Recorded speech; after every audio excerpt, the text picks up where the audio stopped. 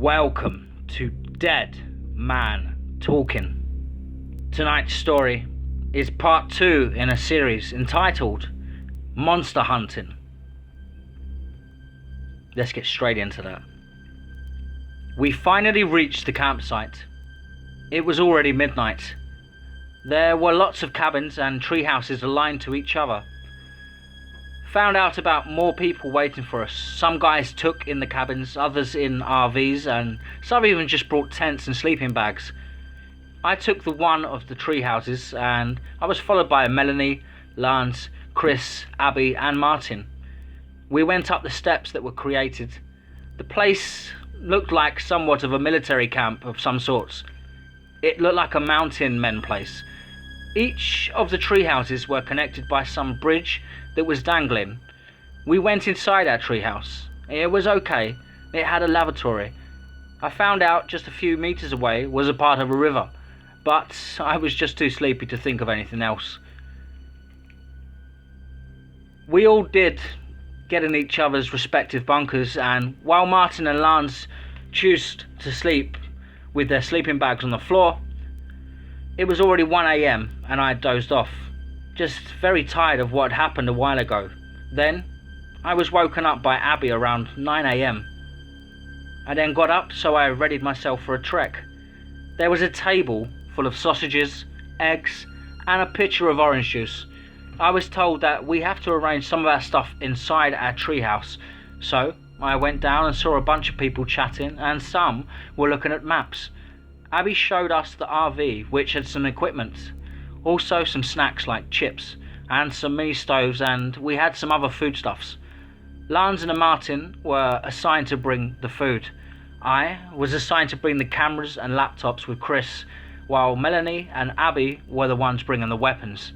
So, after arranging all the stuff inside the treehouse, Abby gave me a big bag and told me it was a bunch of trail cameras.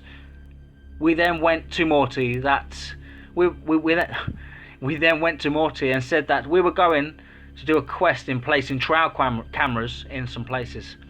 It was 12 a.m. We were assigned to go by boat with another 54 members. We had a boat, each good or so 15 people. So 4 boats of people, and we then took off. We travelled for a while, and it must have been at least 1:30 p.m. when we took off. So, we parked in the shore. About 5 from each group would guard each boat. I got off. I was carrying the bag, and we were in groups of 20, while the ones that would search east were with the other ones that went west. For a while, we walked around and just kept on searching. Some guys were wearing this signal thingy. We then stopped for a while and put 4 of the 20 trail cameras we had into place. Some of the guys put bait of several meat slices, and we walked for a while further until all of the cameras were all put in place.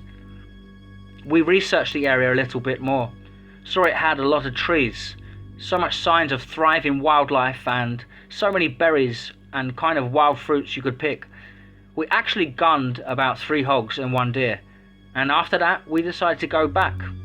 After then, we heard a bunch of screams of violent gunshots. All of us rushed back because we knew that was the place where the boats were at. We sprinted there, all of us as fast and as much as possible to reach there. When we saw the other group, they were already there, holding their guns. They told us to get in the boats quickly, so we hopped in and got away from there as fast as possible. The guys put on the engine as fast as they could. Lance and Martin looked scared and shocked. After a while, the 2 of them just sat down and told us what had transpired there. They were sitting when a big thing that looked like a gorilla came down and roared and was taunting at them. Lance said that the thing was trying to throw a rock at the boats, and Martin spotted that it had a companion. Martin explained that both of them were at least 8 to 10 feet tall. Martin then said it could be a Sasquatch, and it had red furry hair. All of the guys guarding the boats were then shouting, their guns in the air. Lance said that it was nearing at them until the team that was surveying the west came through. We were all shocked. Chris said that head chills came down his spine, and Melanie and Abby were literally shaking. We finally reached base camp around 4 p.m. We all went down from the boats. I was carrying the deer carcass, and the others were bringing the hogs and other forage plants and other animal carcasses. We got back to base camp, and a bunch of people were still there. I noticed a bunch of older guys were setting up some shelters, and more guys were occupying the cabins. We had to get some rest, but I had to go into the chef area and brought in the deer that we'd killed and a bunch of other forage plants and carcasses. It was now at least 6 p.m. All the guys were gathering around the bonfires. We were waiting for the food, when I was approached by this old man. He was a nice guy. He had all the mountaineer look. He introduced himself, Old Man Mac. We shaked each other's hands. He was a farm worker and contracted moonshine worker in the property, but he was mostly in charge of the pigs and looked at the game animals. He was wearing an old hat and wearing a leather jacket and some tight pants with boots. He introduced his granddaughter, Hannah, and I just stared at how beautiful she was.